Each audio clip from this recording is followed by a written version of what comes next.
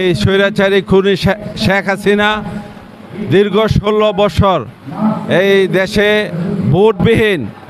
Vote ছাড়া রাষ্ট্রীয় ক্ষমতা দখল করার পর আপনার জুলাই আগস্ট 2024 ছাত্রদের যে একটি দাবি বৈষম্য বিরোধী যে বৈষম্য, এটাকে কেন্দ্র করে আপনার জুলাই আগস্টে আপনার সারা বাংলাদেশে খুনি শেখ হাসিনা এবং তার দোসর আওয়ামী লীগ, যুবলীগ, ছাত্রলীগ, বিটিআর লীগ, পুলিশ লীগ সহ আমাদের সাধারণ ছাত্র, কলেজ শিক্ষক, কলেজের ছাত্র, বিশ্ববিদ্যালয়ের ছাত্র, বেসরকারি বিশ্ববিদ্যালয়ের ছাত্র, স্কুল এবং মাদ্রাসা, পেশাজীবী ছাত্র জনতা, 6 বছরের শিশু সহ প্রায় 1000-এর উপর শহীদ হয়েছে এই জুলাই আগস্টে।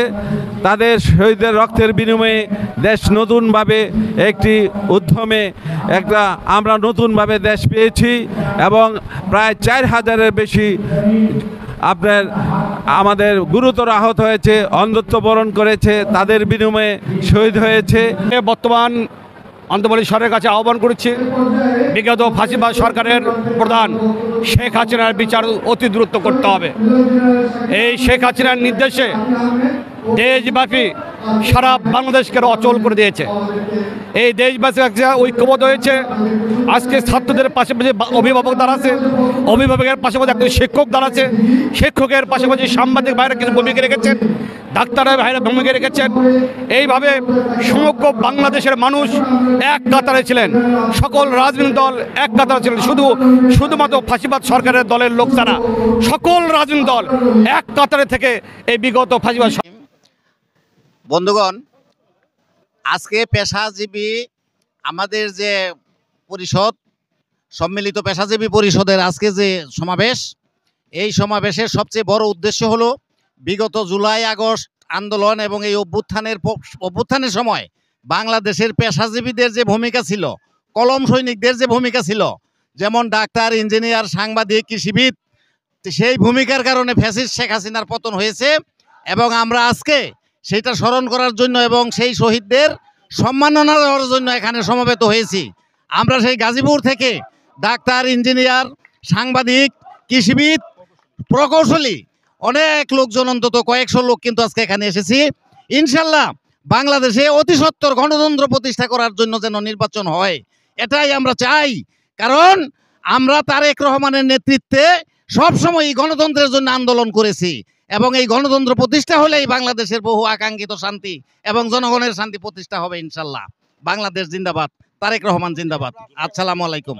ধৈর্যের সাথে আজকে শেখ হাসিনার পতন ঘটিয়ে আমাদের ভারপ্রাপ্ত চেয়ারম্যান সম্পূর্ণ আন্দোলনের নেতৃত্ব দিয়ে আজকে ফ্যাসিজমের পতন হয়েছে। এই জন্য আমরা সুষ্ঠুভাবে গণতান্ত্রিক পরিবেশে সমাবেশগুলি করতে পারছি। এই জন্য সবাইকে ধন্যবাদ। ইনশাল্লাহ অচিরেই তারেক রহমান বাংলাদেশের মাটিতে ফিরে আসবে এবং বিএনপির নেতৃত্ব দিবে।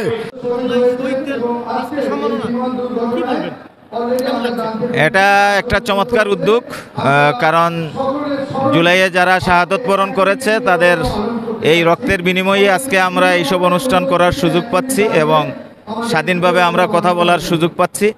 তো আজকের এই সম্মাননা পেশাজীবী পরিষদের পক্ষ থেকে যে উদ্যোগটা গ্রহণ করা হয়েছে, আপনাদের মাধ্যমে আমি সমগ্র জাতির কাছে এটা ক্লিয়ার করতে চাই যে আমাদের শহীদদের এইভাবেই আমাদের মূল্যায়ন করতে হবে এবং আমরা জুলাই শহীদদের যতই ধারণ করব, আমরা জাতিগতভাবে তত সামনে এগিয়ে যাব এবং আমরা বিশ্বাস করি যে আমাদের নতুন কাঙ্ক্ষিত যে বাংলাদেশ, সেই বাংলাদেশ জুলাইয়ের যে বিপ্লব, সেই বিপ্লবের শিক্ষার উপর দিয়েই গড়ে উঠবে এবং এই লক্ষ্যে সকল প্রকার ভেদাভেদ এবং মতপার্থক্য ভুলে গিয়ে আমরা সবাই একত্রিত হয়ে দেশ গঠনের কাজে আত্মনিয়োগ করব।